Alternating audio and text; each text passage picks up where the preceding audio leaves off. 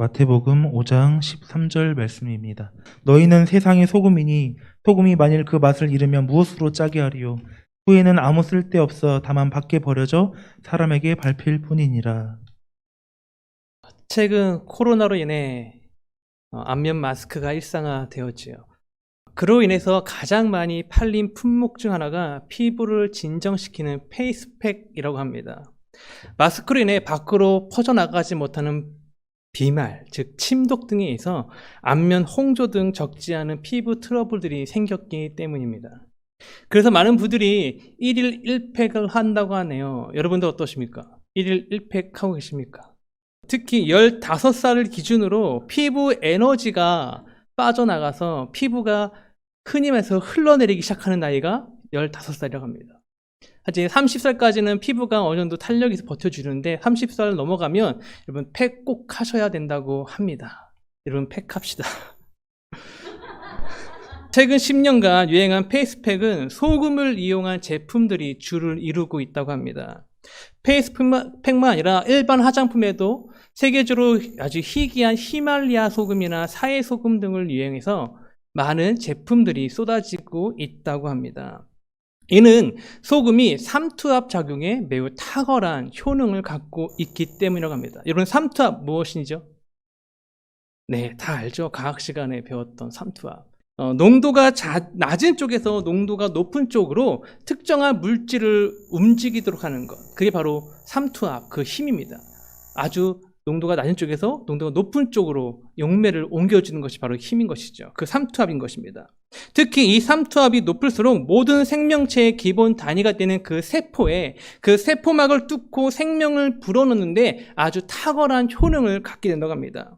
이 삼투압이라는 힘에 의해 세포의 생명이 되는 수분과 산소를 비롯한 영양분들이 세포막을 뚫고 세포 내부로 들어가게 되는 것이죠. 그리고 세포 내부에 축적되어 있던 아주 독소들이 밖으로 분출되게 되는 것입니다. 그래서 학자들은 이 삼투압을 가리켜 우리 인체의 생명을 불어넣고 유지케 하는 아주 근원적인 힘이라고 말하고 있습니다. 바로 이 삼투압을 높여주고 유지시켜주는데 탁월한 것이 무엇이다? 소금이라는 것이죠. 무엇을 탑니까? 소금이 바로 생명과 아주 밀접한 연관이 있다는 것입니다. 실제로 고대 문헌뿐만 아니라 에스겔 16장 4절을 보면 갓난아기에게 소금을 뿌리는 것이 매우 흔한 일이었음을 우리는 확인할 수가 있습니다. 그렇다고 갓난아기가 태어나자마자 오 사랑한다 소금 탁탁탁 이렇게 뿌렸다는 것이 아니고요. 소금을 물에 타서 그 소금물로 아이를 씻긴 겁니다. 그래서 아이의 피부를 깨끗하게 하고 건강하게 하고 혹시 모를 그 피부에 묻어있는 병균들을 다 닦아낸 것이지요.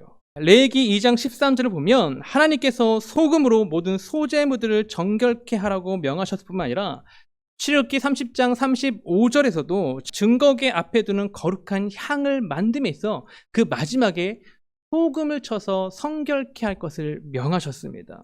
무엇을 뜻합니까? 하나님께서 당시 사람들이 가졌던 그 소금에 대한 이해 위에 영적 의미를 더하였다라는 것이죠. 네, 소금은 하나님의 생명 그 안으로 들어가 그 생명을 누리게 하는 데 있어서 매우 중요한 성경적 의미를 담고 있다는 것입니다. 그런데 오늘 본문에서 주님께서 말씀하시죠. 너희가 바로 이 세상의 소금이다. 원문을 지게 보면 너희가 이 세상을 위한 유일한 소금이다 라는 말씀입니다. 그건 이 세상에 생명을 불어넣는 유일한 존재가 바로 저와 여러분이라는 주님의 선포인 것이죠. 우리는 이 세상에 생명을 불어넣고 유지케 하는 유일한 생명들인 줄 믿습니다. 저는 이것을 설교할 때마다 느낍니다. 옆에 분을 표정을 보십시오. 생명력이 느껴지지 않습니까? 자, 그렇다면 우리가 이 세상에 불어넣어야 할 생명은 무엇입니까? 성경을 그건 철저하게 하늘 생명이다. 적극적으로는 십자가 생명이며 실전적으로는 말씀을 기반으로 한 가치관이다. 하나님의 그 생명이 우리 안에 들어왔을 때 우리 삶에 자연스럽게 나오게 됐던 그 삶의 방식들임을 성경은 말하고 있습니다. 실제로 사도행전 2장에 보면 그들이 성령 하나님에 의해 하늘의 그 생명을 예수님을 자신의 생명으로 고백하게 된 그 순간 그들의 삶은 이 세상과 철저히 구분된 독특한 하늘 방식을 따라 살아가는 제자들이 되었습니다. 여러분, 그래서 묻습니다. 여러분의 삶의 방식은 어떠하십니까? 삶의 기준이 되는 가치관이 무엇입니까? 수시로 점검하고 또 점검하시기 바랍니다. 자가 그 능력을 사모할 수 있는 우리가 되길 소망합니다. 이렇게 스스로를 점검코자 하는 것이 있다는 것, 하나님의 그 생명을 사모하는 그 사모함이 있다는 것 자체가 이미 저와 여러분은 하늘의 그 생명을 소유한 존재들인지를 믿습니다. 왜냐하면 하나님의 그 생명만이 우리로 하여금 우리 스스로를 점검케 하고자 하는 그런 점검하고자 하는 열망을 일으켜주고 하늘의 그 놀라운 축복의 생명, 그 생명을 사모케 하는 힘이 되어주기 때문입니다. 그리고 우리가 이것을 언제 소유하게 되었지요? 그 제자들처럼 주의 성령께서 우리 심령 안에 들어와서 우리로 하여금 하나님을 아빠, 아버지라 부르게 한 그 순간, 우리로 하여금 저 십자가가 나의 유일한 생명임을 확신케 하고 부르짖게 한 바로 그 순간 우리는 이 땅에 빼놓을 수 없는 유일한 생명이 된 줄로 믿습니다. 그런데 문제가 있습니다. 저와 여러분이 아직 이 육신 가운데 거하고 있다는 것이지요. 그래서 이 육신의 연약함이 때때로 우리로 하여금 이 생명을, 그 능력을 의심케 합니다. 더욱이 내 삶에 도저히 감당할 수 없을 것 같은 많은 문제들과 풍파가 올 때마다 우리는 과연 내가 하나님께 예정되어 있는가? 하나님의 생명을 소유한 자인가? 그런 의심까지 불러일으켜 때가 있다는 것이지요. 여러분, 하지만 그렇게 연약한 우리이기 때문에 주의 성령께서 우리 심령 가운데 오신 줄로 믿습니다. 우리 가운데 오셔서 하늘의 생명을, 그 십자가 생명을 확증해 주고 계시는 성령 하나님이 계시는 한 우리는 결단코 무너지지 않을 줄 믿습니다. 주의 성령께서 우리로 하여금 하늘의 그 생명을 확신케 하고 선포케 하는 그 은혜가 있기를 소망합니다. 여러분, 내 심령 안에 놓여진 그 생명을 하나님은 우리로 하여금 스스로만, 우리끼리만 누리게 하십니까? 그렇지 않습니다. 이 세상의 유일한 소금으로서, 유일한 생명으로서 그 생명을 뿌리게 하시죠. 그 생명을 널리 전하게 하십니다. 실제로 기독교가 우리 조선시대에 처음 들어왔을 때 교회는 하나님의 백성들은 조선을 살리는 생명으로서의 역할을 감당했습니다. 이전에 없던 전혀 새로운 하늘의 가치관들과 삶의 방식들을 드러내고 보였던 것이 바로 우리 한국 교회였다는 것이죠. 100여 년 전만 해도 대한민국은 양반과 천민이 극명히 구분되던 사회였죠. 그 어떤 혁명과 피로도 그 계급 사회를 무너뜨릴 수가 없었습니다. 그런데 이 양반과 노비라는 계급이 한순간에 아주 자연스럽게 무너지기 시작합니다. 바로 하나님을 아빠, 아버지라 부르는 그 신앙 고백 때문입니다. 나 또한 아버지고 그 또한 하나님의 자녀라면 우리가 어떻게 신분의 차이가 있을 것이냐라는 그런 사상이 조선 사회의 작은 불씨가 되었고, 결국 이 복음의 능력 때문에 이 땅의 양반과 노비라는 계급 체계가 무너졌습니다. 실제로 1893년 미국 북장로교 선교사 무어에 의해 세워진 흥등교회의 초대 장로가 천안 백정이었습니다. 그런데 그 흥등교회의 서리 집사가 그 백정의 주인이었습니다. 평소에는 많이 하며 섬기던 그 사람을 교회에서는 장로님 하며 섬기는 모습이 나왔다. 그리고 나중에 그 두 사람은 함께 한국교회를 이끌어간 중요한 역할을 감당했다고 한국 역사는 기록하고 있습니다. 한국사의 길이 남을 3.1운동 역시 그 어느 단체보다 교회 지도자들이 앞장섰음을 우리는 알고 있죠. 더욱이 일본의 신문지가 되기 전 우리나라는 일본에 많은 빚을 져서 이미 경제적인 속국이 되어 있는 상태였습니다. 바로 그때 한국교회가 일어나서 일본 돈과 일본 물품이 아니라 우리나라 돈과 우리나라 상품을 이용하자는 물산장려 운동을 일으켰습니다. 나라가 빚을 졌는데 금 비녀는 꽂아 뭐하라며, 금 가락지는 끼어 무엇하냐며 전국적으로 금 모으기 운동을 일으킨 것도 역시 한국교회였습니다. 그리고 지금은 또 그 금 모으기 운동은 역사와 전통이 되어서 나라가 위기에 처할 때마다 아직까지 이어지고 있는 운동이 되어지고 있지요. 그래서 기독교인 하면 애국자란 인식이 생겼습니다. 또한 6.25 사변 이후 사회적으로 너무나 가난했던 그 시절, 모든 사람들이 돈이 최고라고, 돈만 있으면 잘 살 수 있다고 돈에 파묻혀 살아가고자 할 때 우리 돈보다 더 귀한 가치가 있음을 알고 몸으로 실천했습니다. 그래서 모두가 돈을 모으고자 할 때 오히려 우리는 지갑을 열어 돈을 풀어서 고아와 가부를 돌봤던 것이 바로 우리 그리스도인들이었습니다. 무엇을 먹을까, 무엇을 입을까, 무엇을 마실까에 대한 가치보다 하나님의 나라와 그 의에 대한 가치, 하나님 사랑과 그 이웃 사랑에 대한 가치를 우선시하는 기독교 신앙 때문이었습니다. 이렇게 한국교회는 이 나라, 이 사회에 생명을 불어넣는 힘을 갖고 있었습니다. 아니, 여전히 주의 성령이 우리 가운데 역사하는 한, 그 십자가가 우리 가운데 생명이 되어 있는 한 우리는 이 생명의 역할을 감당할 수 있는 자인 줄 믿습니다. 그런데 여러분, 1980년대 이후로부터 이 땅에 팽배해진 기복주의, 이 땅에서 내 이름이 높아지고 좀 더 편안한 삶을 사는 것이 하나님의 축복이며 은혜라는 물질 만능주의적 신앙이 팽배해지면서 교회가 그 소금의 맛을 잃기 시작했습니다. 십자가 그 생명이 감춰지고 조금씩 외면되고 있는 상황이 오늘날 우리의 상황입니다. 설교를 준비하다 네이버 한 기독 카페에 다음 세대는 물질 만능주의와 함께 외모지상주의 세대라는 글을 보았습니다. 한 목사님이 올리신 글인데, 그렇게 힘을 쓰고 애를 써도 부흥이 되지 않던 중고등부 학생부가 어느 순간 갑자기 배가 부흥을 넘어 정말 폭발적인 부흥을 했답니다. 근데 그 원인이 바로 다른 지역에서 이사온 얼짱 남매 때문이었다고 합니다. 그냥 얼짱이 아니라 정말 어디 가서든 눈에 돋보이는 킹 오브 더 얼짱 중에 얼짱이 그 교회에 등록하는 순간 그 교회가 물밀듯이 그 또래 아이들이 교회에 들어오기 시작했답니다. 인터넷에 보면 얼짱 알바생이 커피숍이나 패스트푸드 매출이 급상승했다는 일화들을 쉽게 접할 수 있고, 그걸 통해서 우리는 얼짱이 힘이 있음을 우리가 느끼게 되죠. 그래서인지 몰라도 고3 아이들, 특히 여학생들에게 가장 많이 듣는 다짐 중 하나가 수능이 끝나면 살을 빼고 쌍꺼풀 수술을 하겠다는 다짐들을 많이 듣게 됩니다. 저도 고3 때 저희 어머니가 은서봐, 네 눈을 보면 엄마가 너무 답답하다, 쌍꺼풀 수술을 하자라는 말을 하셨어요. 그때 이제 제가 남자가 어떻게 쌍수를 하냐고 안 했었는데, 간혹 가다가 쌍수를 할 걸 하는 생각을 할 때가 있습니다. 이렇게 기성세대들은 물질 만능주의에, 다음 세대들은 이 물질 만능주의와 함께 외모지상주의에 휩쓸리고 있는 세대가 지금 오늘날의 세대입니다. 이 땅에서 잘된가 편안함, 남의 눈에 아름다워 보이고자 힘쓰고 있다는 것이죠. 그런데 그런 우리 교회를 향해, 이 세대를 향해 하나님은 여전히 너희가 그리스도의 십자가 생명을 소유한 존재라면 너희는 여전히 이 땅에 하늘의 생명을 품고 심어야 될 유일한 소금이라고 말씀하십니다. 여러분, 이 땅의 유일한 소금으로서의 역할 감당하기 원하십니까? 그럼 그 능히 감당할 수 있는 줄 믿습니다. 그렇다면 우리가 어떻게 그러한 생명으로서 그런 소금의 역할을 감당할 수 있을까?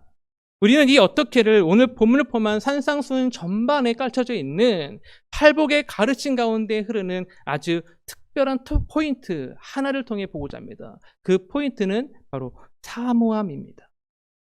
우리가 수없이 나눴고 잘 알듯이 여러분, 팔복의 근간이 되며 산상수훈 전체의 핵심인 천국을 소유케 되는 복, 하나님의 통치를 경험하며 그 삶에서 하나님의 역사를 보게 되는 그 놀라운 축복, 그것을 누릴 수 있는 자는 어떠한 자입니까?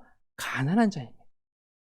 여러분, 가난하다는 것은 어떤 것에 대한 굶주림이 있다는 것이고, 굶주림이 있다는 것은 그 무엇을 향한 강한 사모함과 열정이 있다는 것이죠. 그리고 이 가난한 이 사모함은 팔복의 전체 흐름에, 또한 산상수훈 전체의 밑거름이 되어서 나타나는 독특한 하나님의 요구이십니다. 이러한 사모함으로 너무나 큰 복을 누린 사람이 바로 누가복음 19장의 세리장 삭개오입니다. 네, 아직 아닙니다. 네. 먼저 삭개오란 이름은 하나님께 순결한 자다, 하나님 앞에 합당한 자라 여김받다라는 뜻이 바로 삭개오입니다. 하나님 앞에 순결하여 합당하다 여김받은 자, 그것이 바로 삭개오란 이름의 뜻입니다. 여러분, 정말 삭개오 하나님 앞에 순결하고 또한 합당히 여김받는 삶을 살았습니까? 그렇지 않습니다. 더욱이 누가복음 19장 3절을 보면 삭개오 키가 작았다고 합니다. 원문을 보면 그냥 단순하게 키가 작은 자가 아니라 아주 기형적으로 작은 사람을 뜻하는 단어입니다. 어떤 학자들은 이 단어 때문에 이 삭개오가 아마 곱추와 같은 어떤 특별한 장애를 인해서 키가 매우 작아졌다고 보고 있습니다. 몸의 질병으로이든 아니든 어쨌든 기형적으로 다른 사람보다 키가 작다. 예나 지금이나 여러분 사회적으로 매우 활동하기 힘들고 어디서나 여러모로 받아들이기 힘든 그런 제약이 있는 몸이지요. 더욱이 유대사에서 몸의 질병은 하나님의 저주로 인식되었습니다. 아마 삭개오 어려서부터 많은 친구들에게 놀림을 당하고 따돌림을 당했을 것입니다. 그런 그가 세리들 중에 장이 되었다고 합니다. 무엇을 탑니까? 정말 악착같이 정말 악랄하게 로마에 비붙어서 자신의 동족의 피를 빨아먹었다는 것이죠. 정말 악착같고 악랄하게 세금을 갈취했다는 것입니다. 그래서 누가복음 19장 2절에서 그가 세리장이자 부자였다. 이 부자라는 단어도 원문을 보면 단순한 부자가 아니라 엄청난 거부를 뜻하는 단어가 있습니다. 그런데 그런 그에게 주님이 찾아가셨습니다. 우리 누가복음 19장 1절 보도록 하겠습니다. 예수께서 여리고로 들어가 지나가시더라. 지금 누가가 예수님께서 여리고로 들어가 지나가셨다라고 기록하고 있죠. 여러분 원문을 보면 그냥 단순하게 여리고를 지나가다가 여리고 성이네 하고 들어가신 것이 아니랍니다. 하나님께서 우리 주님께서 아주 분명하고 구체적인 목적을 갖고 그 여리고를 향해 나아갔으며 그 여리고 안으로 들어가셨음을 뜻합니다. 왜 우리 주님께서 이렇게 구체적인 목적을 갖고 여리고로 들어가셨습니까? 그 안에 삭개오가 있었기 때문입니다. 그 안에 간절함과 사모함으로 있는 바로 삭개오가 있었기 때문입니다. 어려서부터 사람들이 자신을 부를 때마다 삭개오, 넌 하나님 앞에 순결하다 못해 합당히 여김 받은 자라고 말합니다. 자신도 그 이름대로 정말 하나님 앞에 순결하고 합당히 여김받는 그런 삶을 살고 싶었겠죠. 아니 삭개오뿐만 아니라 그 시대 많은 유대인들이 그렇게 살고 싶었을 것입니다. 종교사였던 그 사이에서 하나님 앞에 순결 여김받는 거, 하나님께 합당히 여김받는 거 모든 자들이 꿈꿨던 삶이고 꿈꿨던 은혜였겠지요. 그런데 자신의 모습을 볼 때마다 좌절케 됩니다. 주변의 소리와 시선을 느낄 때마다 오히려 그 삭개오란 이름, 너는 하나님 앞에 순결하고 하나님께 합당한 자라는 그 이름이 삭개오 자신에게 축복으로 들려왔을까요? 아니요. 아마 저주의 소리처럼 들리지 않았을까 싶습니다. 그래서 삭개오, 하나님을 향해야 할 그 사모함이 하나님이 아니라 저 세상으로 로마로 향하게 됩니다. 그것만이 자신이 살 수 있는 유일한 길이라 여겼기 때문이죠. 그렇게 삭개오 로마를 붙잡았습니다. 붙잡다 못해 로마를 타고 올라가 버렸습니다. 올라가고 또 올라가다 보니 모든 사람들이 손가락질하는 세리들의 장이 되어져 있었습니다. 그러던 어느 날 그에게 한 소식이 들려오는 것이죠. 모든 자들에게 하나님의 참 선지자라 여김받는 분이 저희들과 함께 식사를 하시고 나아가 친구가 되어주시며 병을 고쳐주실 뿐만 아니라 죄를 사하여 주신다는 놀라운 소식을 듣게 됩니다. 그때 삭개오의 마음이 어떠한 마음이었을까요? 나도 그분을 만나고 싶다. 매어는 날, 그 옛날 자신의 신체적 한계 때문에 여러 가지 놀림 때문에 버렸던 그 사모함이 삭개오 안에 다시 일어난 것이죠. 그래서 삭개오 자기가 로마를 타고 올라갔던 것처럼 오늘 누가복음 19장에서 삭개오 뽕나무 위를 올라갔다라고 성경은 기록하고 있습니다. 그런 간절함이 그 사모함이 그에게 보게 되었지요. 예수님께서 친히 삭개오가 올라간 그 나무 아래에서 삭개오의 이름을 부르시며 내려오라. 여러분 주님께서 내려오라고 말씀하신 이것은 단순하게 나무 위에서 내려오라는 것이 아니라 네가 그동안 붙잡고 올라갔던 그 모든 것에서 내려와서 진정한 생명된 내 안에 거할 것이라는 구원의 선포였음을 믿습니다. 더욱이 누가는 삭개오를 소개할 때 한글 성경에는 번역되지 않았지만 누가복음 19장 2절 맨 앞에 하나님의 놀라운 은혜가 시작될 때 또는 하나님의 놀라운 은혜를 받은 자들이나 어떤 하나님의 놀라운 은혜의 사건을 기록할 때 쓰는 단어인 그런데 보라. 그런데 보라라는 의미의 카이이두라는 헬라어를 사용하였습니다. 무엇을 합니까? 하나님께서 누가를 통해 이 성경을 써내려가다가 잠깐만 카이이두, 그런데 봐봐, 이 삭개오라는 사람은 나에게 너무나 중요한 사람이야. 나의 은혜를 받은 자야. 나에게 잊을 수 없는 이름의 바로 이 삭개오 이 사람이야 라고 주님이 말씀하시는 것이죠. 모든 사람이 비웃으며 비방했던 삭개오 그였지만 하나님께서 그는 하나님 자신의 책을 쓰는 데 있어서 결단코 빼놓을 수 없는 아주 중요한 사람이었다는 것입니다. 여러분, 좀 더 잘 살아보고자, 좀 더 성공해보고자 무엇을 붙잡고 올라가고 계십니까? 무엇을 붙잡고 기어오르고 계십니까? 물질, 명예, 그 사람, 우리 주님께서 말씀하십니다. 내려오라 라고 말씀합니다. 내려와서 우리 주님의 그 생명 안에 거할 것을 여러분 명하십니다. 여러분, 그 생명 안에 거할 수 있는 자가 되기를 소망합니다. 그런데 여러분, 누가 그 내려오라는 주님의 음성을 들을 수 있다고 말합니까? 사모함을 갖고 있는 자.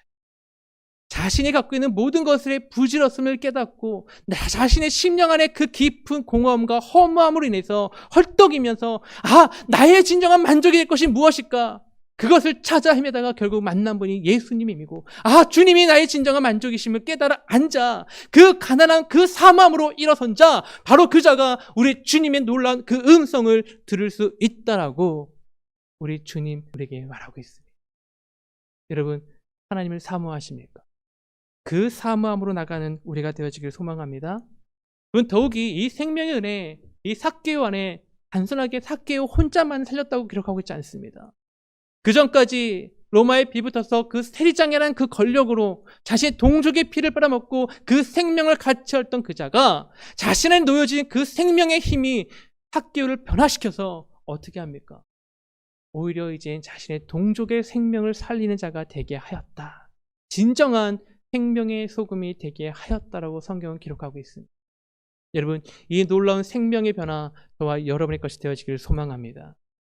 그 놀라운 생명의 변화를 통해 저와 여러분 역시 하나님 앞에 하나님께서 또다시 그 생명처를 기록할 때 모든 자들에게 카이이두, 그런데 봐봐, 이 사람은 나에게 큰 은혜를 받은 자야. 그렇게 기억되어지는 저와 여러분의 이름이 되어지기를 소망합니다. 말씀을 마치고자 합니다. 여러분은 무엇을 붙잡고 계십니까? 무엇을 사모하다 못해 붙잡고 그것 위에 올라가고 계십니까? 우리 주님께서 말씀하십니다. 네가 올라가야 됐고 네가 있어야 될 것은 바로 우리 주님의 그 놀라운 생명과 그 부드러운 음성이라고 말씀하십니다. 그 생명의 음성 안에, 그 생명 안에 거할 수 있는 우리가 되어지길 소망합니다. 그리하여 삭개오처럼 이 땅에 하나님의 생명을 심는 아름다운 소금이 되어지는 우리 인생이 되어지기를 소망합니다. 이 시간 다 같이 찬양하며 나가겠습니다. 소망 없는 내 삶에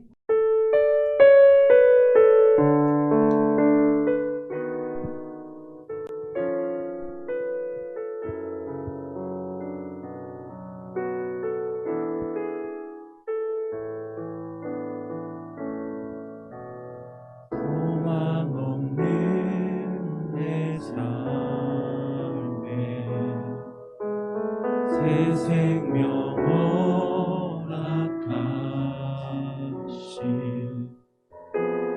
날 향한 주님의 은혜, 놀라운 주님의 사랑, 삶의 문제 힘겨워 눈물만 드릴 때도 날 안아주시는 주님, 한없는 주님의 사랑 나 찬양하에 나의 믿음 주께 드려 나의 삶이 주 향해 내 유일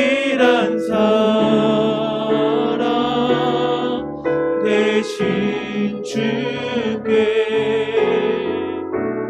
내 삶 드리리 나의 믿음 주께 드려 나의 삶이 주를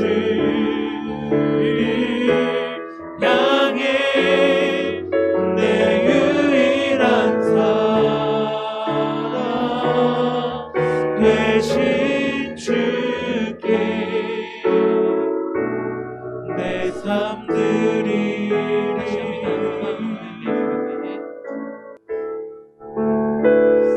그 누구도 성령을 받기 전에 자신이 그렇게 소금의 역할을 할 줄 그 12명의 제자들 또한 거기서 모인 자들은 아무도 몰랐습니다. 그러나 주의 성령이 임하시는 그들은 이 땅의 진정한 생명의 소금이 되었던 것처럼 주의 성령이 우리 가운데 계시는 한, 주의 성령이 우리를 이끌어 가시는 한 저와 여러분의 삶은 반드시 생명의 소금으로서의 역할을 감당할 줄 믿습니다. 그러기 위해서 우리가 삼아야 될 것 역시 성령의 충만함인 줄 믿습니다. 내가 내 삶의 주인이 되는 것이 아니라 성령 하나님이 내 삶의 주인이 되는 은혜, 내가 나를 이끌어가는 것이 아니라 하나님의 말씀이 그 성령이 나를 이끌어가는 그 삶, 저와 여러분의 꿈꿔야 될 줄 삶인 줄 믿습니다. 이 시간 기도할 때 성령을 인도하여 주시옵소서. 나를 이 땅에 진정한 생명의 소금 되게 도와주시옵소서. 하늘의 생명을 쏟는 그 자가 되게 하여 주시옵소서. 다같이 주여 기도하시겠습니다. 주여